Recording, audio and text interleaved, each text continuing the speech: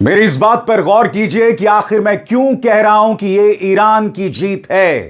क्योंकि अमेरिकी राष्ट्रपति डोनाल्ड ट्रंप यह कह रहे हैं कि इस हफ्ते नहीं बल्कि बहुत जल्द अब यह जंग खत्म होने वाली है। एक्सिस की इस खबर के मुताबिक अमेरिका और ईरान में एक बार फिर कम्युनिकेशन लाइंस जो हैं वो शुरू हो गई हैं और डोनाल्ड ट्रंप ने अब यह बयान दे दिया है कि बहुत जल्द यह जंग खत्म होने वाली है। मैं आपका ध्यान खींचना चाहूंगा फाइनेंशियल टाइम्स की इस खबर की तरफ। अमेरिका के जितने भी सहयोगी हैं सबने जंगी जहाज भेजने से मना कर दिया है। डोनाल्ड ट्रंप बुरी तरह से बौखला गए हैं, बुरी तरह से अकेले पड़ गए हैं। मगर ईरान भी कह रहा है कि इस जंग को हम खत्म करेंगे अपनी शर्तों पर, ताकि दोबारा इस्राएल सिर ना उठा सके। अब्बास अरागची का यह बयान बहुत मायने रखता है। मगर साथ ही मायने रखता है ईरान के बड़े नेता अली लारिजानी की यह नसीहत। वो नसीहत जो मुस्लिम देशों को दे रहे हैं। 6 नसीहतें हैं दोस्तों, और मैं चाहूंगा आप उसकी एक एक बात पर गौर करें। यह संदेश है उन तमाम मुस्लिम देशों के लिए जो दोहरे मापदंड अपनाते हैं, जो अमेरिका का साथ भी देते हैं और इस्राएल की आलोचना भी करते हैं। लारिजानी उन्हें नसीहत दे रहे हैं। मगर उससे पहले आपके लिए जानना बहुत जरूरी है कि ईरान ने अमेरिका और इस्राएल पर हमले की 55वीं लहर शुरू कर दी है। यानी कि अस्सलाम वालेकुम दोस्तों, एक काम तो ईरान ने बड़ा जबरदस्त किया हुआ है कि उसके मिसाइल खत्म होने का नाम ही नहीं ले रहे। सामने वाली दोनों मुल्क यानी अमेरिका और इसराइल दोनों के इंटरसेप्टर खत्म हो गए हैं, लेकिन ईरान के मिसाइल बनते ही जा रहे हैं। ईरान ने अंडरग्राउंड ऐसे टनल बना कर रखे हैं और दोस्तों ऐसा सिटी बनाया हुआ है जहां पर मिसाइल बनते हैं और सरफेस पर कहां से आकर बरसना शुरू हो जाते हैं ये किसी को पता ही नहीं चलता। इस वजह से आज इसराइल और अमेरिका दोनों हथियार डालने पर मजबूर हो रहे हैं। ईरान अब भी पीछे नहीं हट रहा है। वो लगातार हमले कर रहा है। बगदाद से लेके दुबई तमाम जगहों पर अमेरिकी बेसिस पर अब भी निशाना साध रहा है। और हां, उसकी जमीन पर भी इस्राएली मिसाइलें गिर रही हैं, अमेरिकी मिसाइलें गिर रही हैं, बॉम्ब फट रहे हैं। मगर फिर भी वो पीछे नहीं हट रहा है। और इसी मंच पर मैंने कल आपको बताया था कि ईरान के नतांज से तेल अवीव तक महज 7 मिनट में पहुंचने वाली सेजिल मिसाइल, महज 7 मिनट में पहुंचने वाली सेजिल मिसाइल, वो भी अपना जौहर दिखा रही है। और अमेरिका और इस्राएल दोनों को इस बात का डर सता रहा है। सिर्फ 7 मिनट में वो मिसाइल हमला करेगी और कोई भी आयरन डोम उसे रोक नहीं पाएगा। मगर सबसे पहले मैं आपका ध्यान खींचना चाहता हूं कि अली लारिजानी ने मुस्लिम देशों को क्या नसीहत दी है। सख्त नसीहतें हैं जो मैं चाहूंगा आप गौर करें। सबसे पहले वो क्या कहते हैं। नंबर 1, ईरान पर एक चालाकी भरा अमेरिकी ज़ायनी हमला हुआ जो बातचीत के दौरान किया गया, जिसका मकसद ईरान को कमजोर करना था। इस हमले में इस्लामी क्रांति के एक बड़े नेता और कई आम नागरिकों व सैन्य कमांडर्स की मौत हुई। लेकिन हमलावरों को ईरानी जनता की मजबूत राष्ट्रीय और इस्लामी प्रतिरोध का सामना करना पड़ा। ये जो पहली नसीहत दी है, इसमें ईरान बताने की कोशिश कर रहा है कि अमेरिका तो कह रहा था कि जंग एक हफ्ते में खत्म हो जाएगी, आपने हमारे सुप्रीम लीडर को मार दिया, अब भी आप ये दावा कर रहे हैं कि आप हमारी मिसाइल, हमारी नेवी को खत्म कर चुके हैं, मगर हम रोज ताबड़तोड़ हमले कर रहे हैं। अब दूसरी नसीहत पर गौर कीजिए दोस्तों।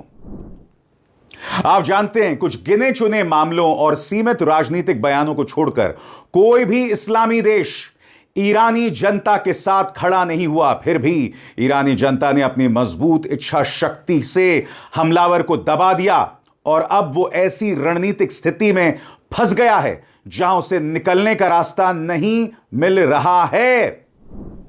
यह नसीहत वो इस्लामी देशों को दे रहा है। वो ये भी कह रहा है कि अमेरिका ने हम पर हमला किया मगर वो अपने ही जाल में फंस गया। मगर जो तीसरी नसीहत लारिजानी देते हैं ना, यहां पर वो सही मायने में मुस्लिम देशों को आईना दिखा रहे हैं। गौर फरमाएं।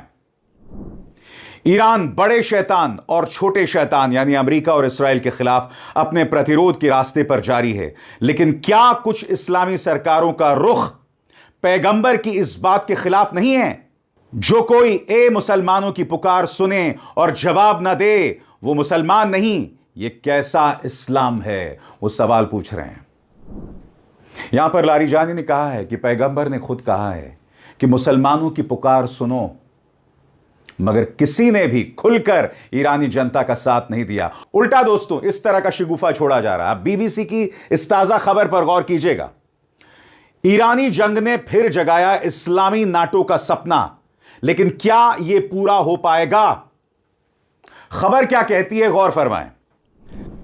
बढ़ते क्षेत्रीय तनाव के बीच कतर के पूर्व प्रधानमंत्री हमद बिन जासिम बिन जाबर अल थानी का एक सुझाव चर्चा में है।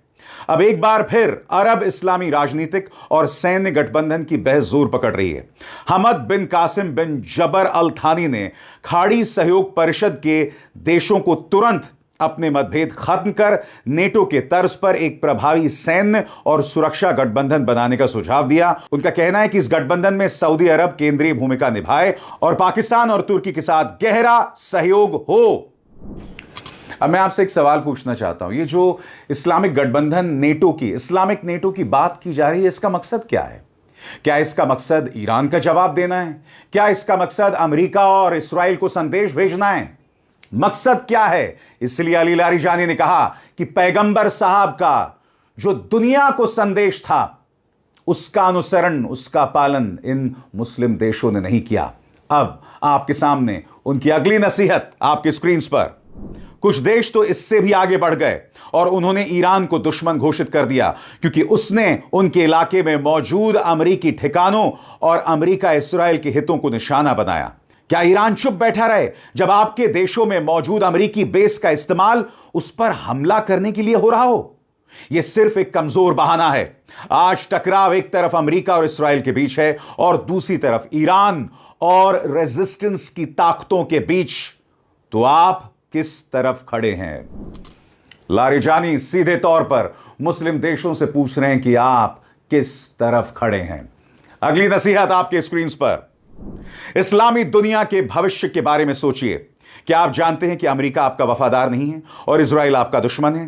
थोड़ा रुककर खुद के बारे में और इस इलाके के भविष्य के बारे में सोचिए। ईरान आपके प्रति ईमानदार है और आप पर हावी नहीं होना चाहता। ईरान साफ तौर पर कह रहा है कि हम आपका नेतृत्व नहीं करना चाहते हैं, मगर आपको देखना पड़ेगा कि आपका दोस्त कौन है। आपने अमेरिका और इस्राइल का साथ दिया, वो इस्राइल जो आपके वजूद को खत्म कर देना चाहता है। और आखिरी नसीहत आपके स्क्रीन पर। अगर पूरी ताकत के साथ इस्लामी उम्मत की एकता हासिल हो जाए तो वो अपने सभी देशों के लिए सुरक्षा, तरक्की और आजादी की गारंटी दे सकती है। और कहीं ना कहीं यह नसीहत है इस्लामिक नाटो से जुड़ी इस खबर को लेकर कि अगर आप में एकता होगी तो यकीनन कोई आप पर हमला नहीं कर सकता है। मगर हकीकत यह है कि एकता नहीं है, आपके अपने बिजनेस इंटरेस्ट हैं, आपके अपने दोहरे मापदंड, आपका दोगलापन है। सबसे बड़ी बात, इसी मंच पर मैंने आपको बताया था कि ईरान पर हमले से पहले लगातार सऊदी के शासक मोहम्मद बिन सलमान ट्रंप से फोन पर बात कर रहे थे। कुछ मीडिया रिपोर्ट्स के मुताबिक वो ट्रंप से इस बात की अपील कर रहे थे कि आप ईरान पर हमला कीजिए। हालांकि उसकी चर्चा बाद में कभी नहीं हुई। ईरान इसी बात को लेकर नाराज है, इसीलिए वो सऊदी के ठिकानों पर हमला कर रहा है। हालांकि उसका लक्ष्य साफ है, वो सिर्फ अमेरिकी बेसिस पर हमला करना चाहता है। और मैं चाहूंगा आप गौर करें अब्बास अराक्ची क्या कहते हैं। उनके एक एक शब्द पर गौर कीजिएगा, क्योंकि इसको जोड़कर देखा जा सकता है ट्रंप के उस बयान के साथ जिसमें ट्रंप यह कह रहे हैं कि युद्ध जल्द खत्म होगा। इस हफ्ते ना सही मगर आने वाले वक्त में। सुनिए अब्बास अराक्ची क्या कहते हैं। जब हम कहते हैं कि हमें सीज फायर नहीं चाहिए तो इसका मतलब यह नहीं कि हम युद्ध चाहते हैं। यह लड़ाई ऐसे खत्म होनी चाहिए कि हमारे दुश्मन दोबारा कभी ऐसे हमले करने की सोच भी ना सकें। अब उन्हें समझ आ गया है कि वे किस तरह के देश से सामना कर रहे हैं। एक ऐसा देश जो अपनी रक्षा करेगा और जरूरत पड़ने पर इस लड़ाई को जितना आगे ले जाना पड़े ले जाएगा। सुनिए क्या कह रहे हैं अब्बास अराक्ची।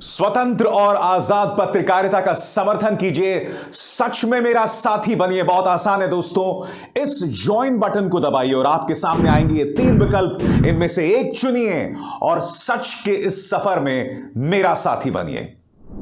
अब जो बात अब्बास अरागची ने कही ना दोस्तों, उसको जोड़ के देखिए उन खबरों के साथ जो मैं अब आपको बताने वाला हूं.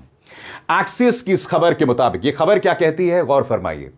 US and Iran revive direct communications channel exchanging texts focused on ending war. सरल शब्दों में दोनों के बीच में संपर्क की एक कड़ी शुरू हो गई है. इसका मकसद है जंग जल्द खत्म हो जाए. और डोनाल्ड ट्रंप भी कह रहे हैं कि इस हफ्ते ना सही मगर जंग जल्द खत्म होने वाली है, जबकि ईरान अब भी हमला कर रहा है. और आपको समझना पड़ेगा क्यों. फाइनेंशियल टाइम्स की खबर देखिए. Allies reject Trump's call for warships. Trump ने कहा कि भाई आप अपने जंगी जहाज भेजिए. जापान ने मना कर दिया, ऑस्ट्रेलिया ने मना कर दिया, इटली पहले ही मना कर चुका है और अब तो ब्रिटेन ने भी मना कर दिया.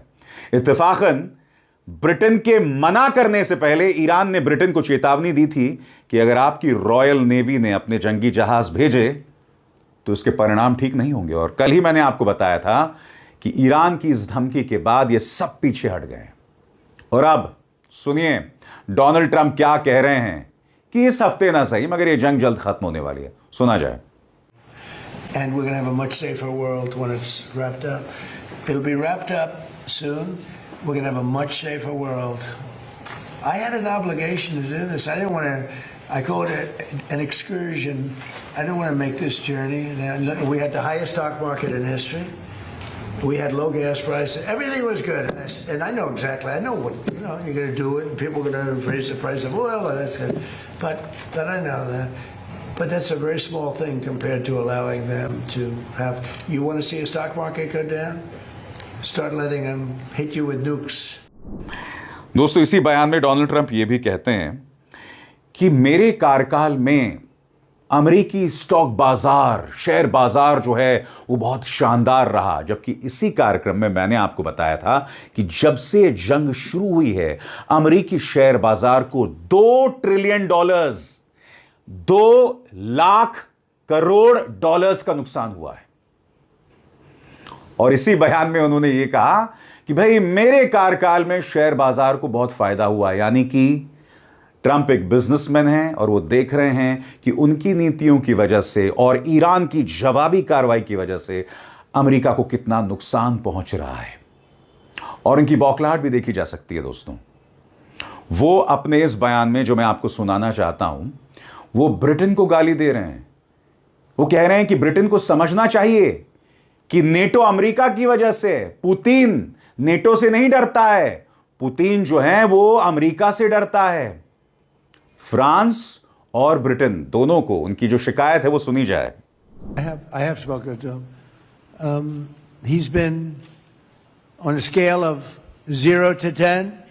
I'd say he's been an 8. Not perfect, but it's France. Yeah, I mean, sure. I think he's gonna help. I mean, I'll let you know. I spoke to him yesterday. I don't do a hard sell on them because my attitude is we don't need anybody. We're the strongest nation in the world. We have the strongest military by far in the world. We don't need them. I was not happy with the UK. I think they'll be involved. Yeah, maybe. But they should be involved enthusiastically. We've been protecting these countries for years with NATO because NATO is us. You can ask Putin. Putin fears us. He doesn't fear. He has no fear of Europe whatsoever. He fears the United States of America and the military that was built by me in the first term. इस बीच Britain के प्रधानमंत्री कीर Starmer का एक बयान आया है.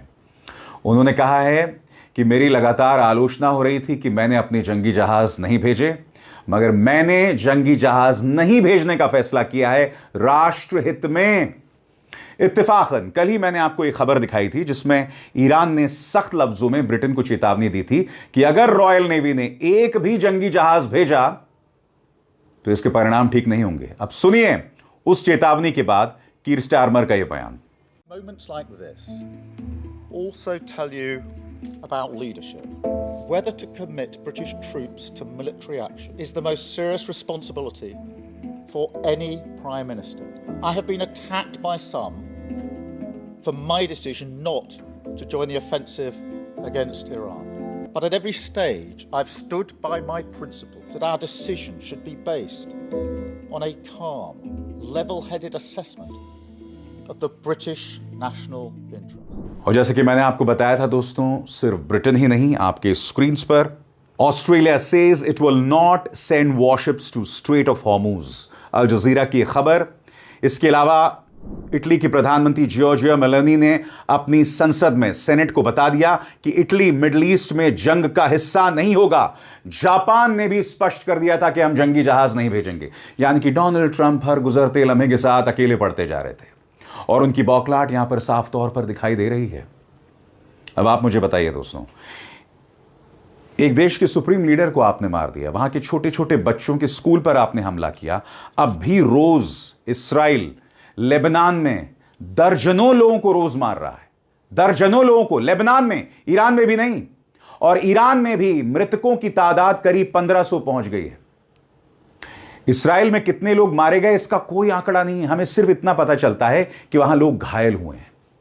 मगर Iran क्या कर रहा है? ईरान अपनी मिसाइल जो है वो बेकसूर लोगों पर हमला करके बर्बाद नहीं कर रहा है, वो सैनिक बेसिस पर, स्ट्रैटेजिक ठिकानों पर हमला कर रहा है।